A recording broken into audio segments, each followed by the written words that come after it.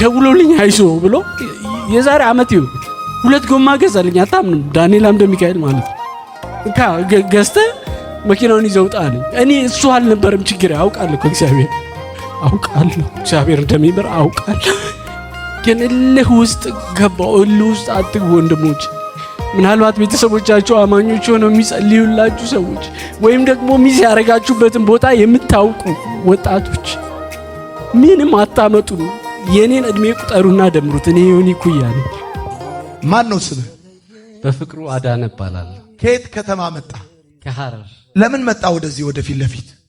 ወደዚህ የመጣውበት ምክንያት ምናልባት ሚዲያ አልወድምና የኔ ህይወት ብዙ ሰዎችን ያስተምራል።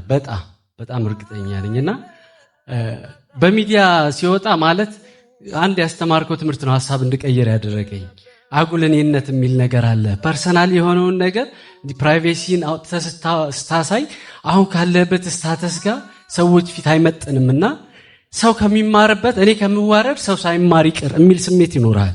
እና አሁን ደፍተሬን ባሳይ ለልጄ ታሪኬን ጽፌዋለሁ እና እየጻፍኩለት ነበር። ግን ማን ምን ቢለኝ ነው 2 ቀን 3 ቀን ሰው ስለኔ ቢያወራ ነው ወይም ደግሞ አሁን ካለውበት ነገር ጋር ለካ ትላንት እንደዚህ ነበር ቢል ነው ብዬ ወሰንኩና ምናልባት ከዚህ ውስጥ ሊማሩ የሚችሉ ሰዎች ይኖራሉ። በህይወቴ ውስጥ 2 በጣም ትልልቅ በስሜታዊነት የወሰንኳቸው ውሳኔዎችና ያስከፈሉኝ ዋጋ አለ። ዛሬ ላይ እዛ ውስጥ አይደለም እግዚአብሔር ይመስገን። ግን ይሄ ነገር ብዙ ሰዎችን ያስተምራል ብዬ ያሰብኩኝ ዘማሪ ነበርኩ ነኝም። አሁን ላይ ብደክምም ማለት ነው መጣልሃለሁ። ዝማሬን የጀመርኩት ዳንኤል አምደ ሚካኤል ነው። እኛ ቤት ውስጥ በጊታር ያዘምሬ ነበር ልጅ ሆኜ። ከዛን ጊዜ ጀምሮ ነው ዘማሪ ሆኜ ያደግኩትኝ። በ25 ዓመቴ ተመርቄ ስራ ሲይዝ ድሬዳዋ ነበር ምሰራው። ትልቅ ቦታ ላይ ተቀመጥኩኝ። ከእድሜ በላይ የሆነ ቦታ ላይ ተቀመጥኩኝና እስከዛን ሰዓት በእግዚአብሔር ቤት ነው ያደግነው። እናቴ 4 ልጆች ታሳድጋለች። 4 ወንዶች። ክርስቲያን ናት። ስቲል ነው ማራናታ ኳየር አዳማ ሙሉ ወንጌል አገልጋይ ናት። ብዙ ዋጋ ከፍላለች። አባቴ በ5 ዓመቴ ነው የሞተው። 4 ልጅ ከዛ በኋላ ብቻዋን ያሳደገችው እና በእግዚአብሔር ቤት አድጌ ተመርቄ ስራ ያስኩኝ። ድሬዳዋ ገባውና ማላቀው ፖዚሽን ላይ በጣም ብዙ ስልጣን በአንዴ ተሰጠኝ። የአንድ ትልቅ ተቋም የሚወጡ ብሮችን አካውንታንት ነኝና አጽድቅ ነበር፣ ፈርም ነበር እና መንፈሳዊነቴን የሚፈታተን የሆነ አጋጣሚ አንደኛው ውሳኔ አጠፋው ውሳኔ እሱ ነውና ገጠመኝና ስተት ፈጸምኩኝ። ላገኘው የምችለው ጥቅም ስላለ ብዬ የማይገባ ነገር አደረግኩ። ከእግዚአብሔር ጋር ተጣላ። አታምነኝም? 5 ዓመት ተፈረደብኝ መጀመሪያ በዚህ ስህተት ምክንያት እና ከእግዚአብሔር ጋር ልተጋባው። አንድ ቃል ልንገር፣ እግዚአብሔር ቃል ከእግዚአብሔር ጋር የሚጣሉ ይደቃሉ ይላል እግዚአብሔር ቃል። ይህንን አትርሱ። ማወራው ነገር በዚህ ላይ መሰረት ስለሚያደርግ እና ከእግዚአብሔር ጋር በጣም ልተጋባው። ከልጅነታችን እኔ ላይ የወጣ ትንቢት ነበር። የዚህ ቤት ራስ አንተ ነህ፣ የአባት ምትክ አንተ ነህ፣ የዚህ ቤት ራስ ነህ፣ በአንተ ይሄ ቤት ይባረካል የሚል ብዙ ትንቢቶች አሉና እስር ቤት ስገባ ከእግዚአብሔር ጋር ተጣላሁ። እግዚአብሔር ሆይ ይሄ ነው ወይ አንተ ትንቢት አልኩ እና ነገሮች ባሱ። ቸርች አለ አልገባም፣ መቃም ምናምን ኤቭሪቲንግ ጀመርኩ እዛ እስር ቤት ውስጥ ድሬዳዋ እስር ቤት እና በጣም ደግሞ ብርም ስለነበረ በዛን ሰዓት ሽጉጥ ብቻ ነው ማስገባት የማልችለው። ቦስ እያቅራራውብ ምናምን አይደለም፣ ሪያሊቲውን ነው ነገር። እስር ቤት ውስጥ ያለ ሰው ስልክ ከፈለገ ስልክ አመጣለታለሁ። በቃ እንደዚህ ኤቭሪቲንግ ተቆጣጥሬው ነበር። ተጋባሁኝ ከእግዚአብሔር ጋር በሚገርም ሁኔታ። 3 ዓመት ተጨመረብኝ እዛ ውስጥ ሆኜ ማለት ብታራ በምትለው ነገር እንዲያጥፍቼ ምናምን አለ ህሊና ያውቀዋል። ከእግዚአብሔር ጋር ሰላም መፍጠር ስላልቻልኩ ነው የመድቀቅ የሌላኛው ምክንያት ማለት ነው። 3 ዓመት ተጨመረብኝ። 8 ዓመት ታሰርኩ። 3ኛው ዓመት ላይ ግን እጅ ሰጠው ለእግዚአብሔር እና ቸርች ገባሁ። ቸርች ማገልገል ጀመርኩኝ። እግዚአብሔር ያኔ ጎበኘኝና መልካሙኝ ወጣው። ብዙ ልጆችን አጥምቄያለሁ፣ ደህንነት አስተምሬ ዘምሬያለሁ። ከዛ ከወጣው በኋላ ከእናቴ ጋር አንድ ማራናታ ኳየር የሚባል አዳማ ውስጥ አንድ ላይ ቆመን አገልግለናል። በቃ ህይወቷ የመጨረሻ ደስታ እሱ ነው ለሷ።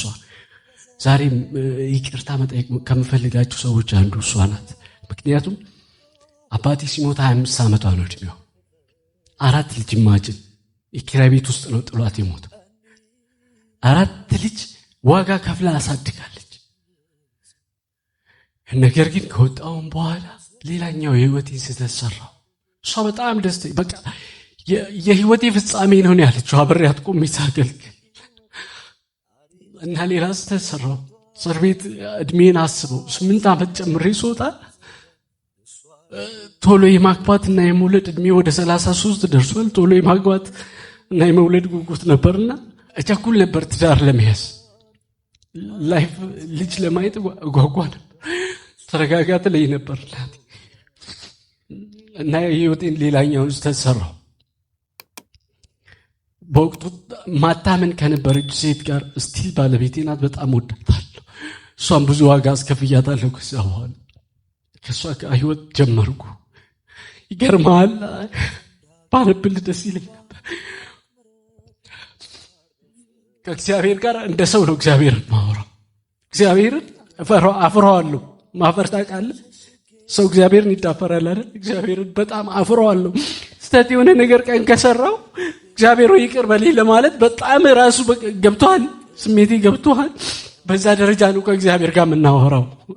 አልደፍረውም በጣም እና የመጀመሪያ ከሷ ጋር ስተት የፈጸምኩ ሰዓት ቸርች ቆም አላገለግልም አልኳት። እናቴ ለምን አለች። በቃ እኔና እግዚአብሔር የምናውቀው ነገር አለ። ያ ቀን ሰበርኳት። እናቴ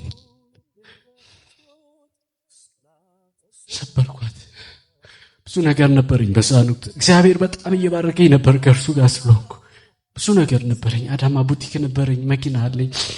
በጣም ይገርም። የዛሬ ዓመት አካባቢ ይሄን አታምን ይሆናል። የዛሬ ዓመት አካባቢ ዳኒ ኤቭሪቲንግ የኛም ቤት ጉዳይ ያውቀዋልና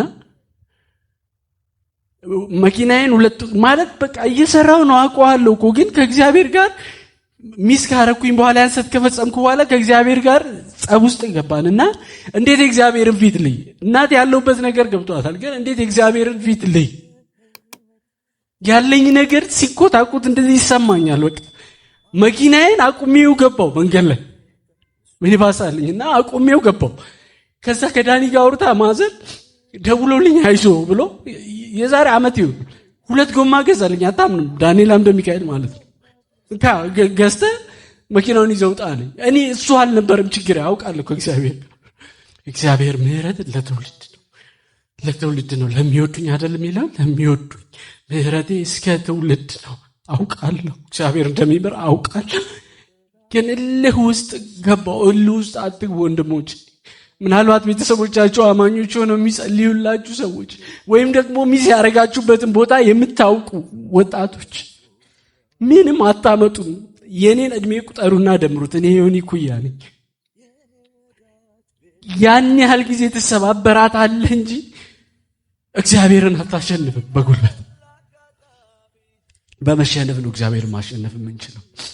በሚገርም ሁኔታ ያን መኪና በቃ ወጣሁኝና እየተሰበርኩ መሆኑን አውቃለሁ። ነገር እየተበላሸ ከእግዚአብሔር ጋር ያለኝ ነገር ባለቤቴ እኔም ብላ ክርስቲያን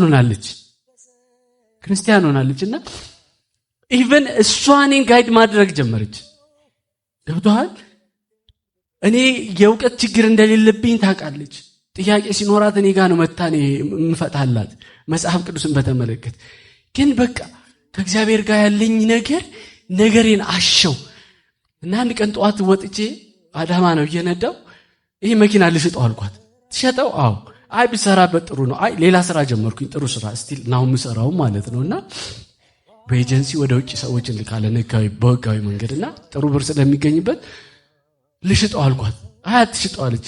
ማን ምን ያገባዋል? እግዚአብሔርን የሰጠ ስራበት ስትለኝ ማን ምን ያገባዋል?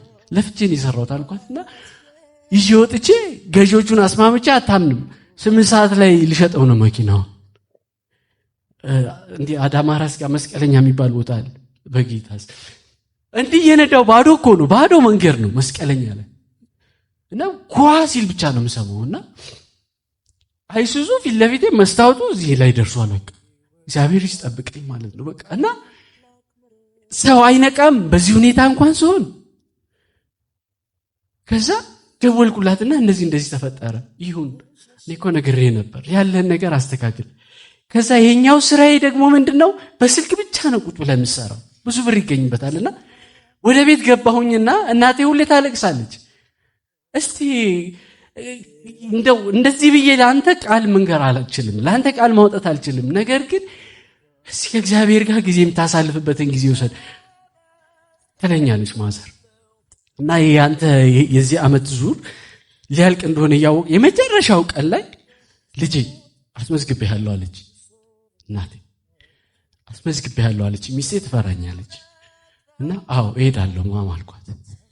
እሄዳለሁ አልኳትና ከመጣው በኋላ መናገር እንዳለብኝ አሰብኩ። ምክንያቱም ምንም ነገር ሊኖራችሁ ይችላል። ምንም ነገራችሁ እንደው ከሰው በላይ የሆናችሁ ሊያስመሰላችሁ ይችላል። እግዚአብሔር ይመስገን ያ ምንም ችግር የለብኝም። ቤት አለኝ፣ አዳማ ላይ ቤት አለኝ፣ ሐረር ጥሩ ቤት ውስጥ ነው የምኖረው፣ ጥሩ ላይፍ ነው የምኖረው። ለሰዎች ይመስላል ደግሞ ግን እኔና እግዚአብሔር በውስጥ ያለውን እኔና እግዚአብሔርን የምናውቀው። ከእግዚአብሔር ጋር አትጣሉ። ለራሳችሁ ምክንያት አታዘጋጁ። ኤቭሪቲንግ ከመጣው ቀን ጀምሮ ታስተምር የነበረው ነገር ምክንያት አትስጡ። ለራሳችሁ ስትል ጊዜ አትውሰዱ፣ ቀጠሮ አትስጡ ስትል አጠገብ የነበሩ ልጆች መናገር ይችላሉ። እስቅ ነበር።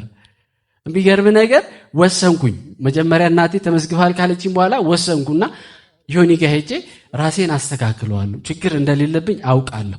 እግዚአብሔርን አንዴ አልጸለይኩም፣ ጸልዬ አላውቅም እንዳልኩ ነው። ከመድረክ ቀረው ካልኩ ቀን ጀምሮ ስተትሰራው ካልኩ ጀምሮ ከእግዚአብሔር ጋር አውርቼ አላውቅም። እዚህ ስመጣ ጸለይኩኝ። የተሳሳቱ ውሳኔ ምክንያቶች ብለን ስንል ተገናኘንና የስ እና ባለመወሰን ወስኛለሁ። እኔ ገብቷል። ከእግዚአብሔር ጋር አላወራም በማለት ወስኛለሁ። ያ ውሳኔ ግን ያው ተቃራኒውም ማለት ነው። በቃ ያለውበትን ህይወት መቀጠል ነበር። በፊት ላይ ማለት አልወሰንኩም ማለት እኮ አችልም። በፊትም ወስኛለሁ። የወሰንኩት ግን የያዝኩትን ህይወት ዝም ብዬ እንደዛው እንድቀጥል ነበር። እና ስተስምር ስቅ ነበር። ልመጣ ስል እኮ ወደዚህ ጫት ጀምሬያለሁ። ጫት ኤቭሪቲንግ እኮ እጠቀም ነበር ቤት ውስጥ። አሁን ገብቼ ማንም ሰው ውጪ ሰው አያውቅም። ውስጥ ብዙ ነገር ተበላሽቷል በቃ። እና ለራሴ ቀጠሮ ሰጠዋለሁ። ሄጄ ስመለስ እኮ አይኖርም። እና ልመጣ ስል ሁላ አሁን ምናልባት አጠገቤም ስመለስ ልጆቹን አፍራቸው ይሆናል። ምክንያቱም እኔ በመንፈሳዊ ማንነቴ ነው የሚያውቁኝና ልል የፈለግኩትኝ ማንም ሰው ቀደም ስጠይቀኝ ብዬ ነበር። ድንጋይ እንኳን ቢሆን በእኔ ህይወት የማይማር ሰው ድንጋይ ነው ብዬ ነው ቅድም የነገርኩ። ምን ልላችሁ ፈልጌ ነው፣ ችግር ብቻ አይደለም፣ ሌላ ነገር አይደለም።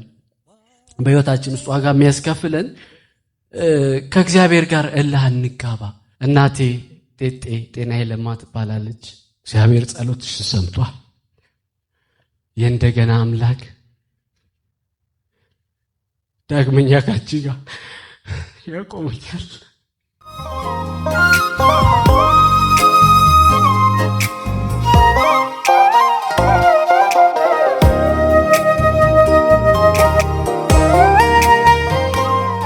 ወድሻለሁ።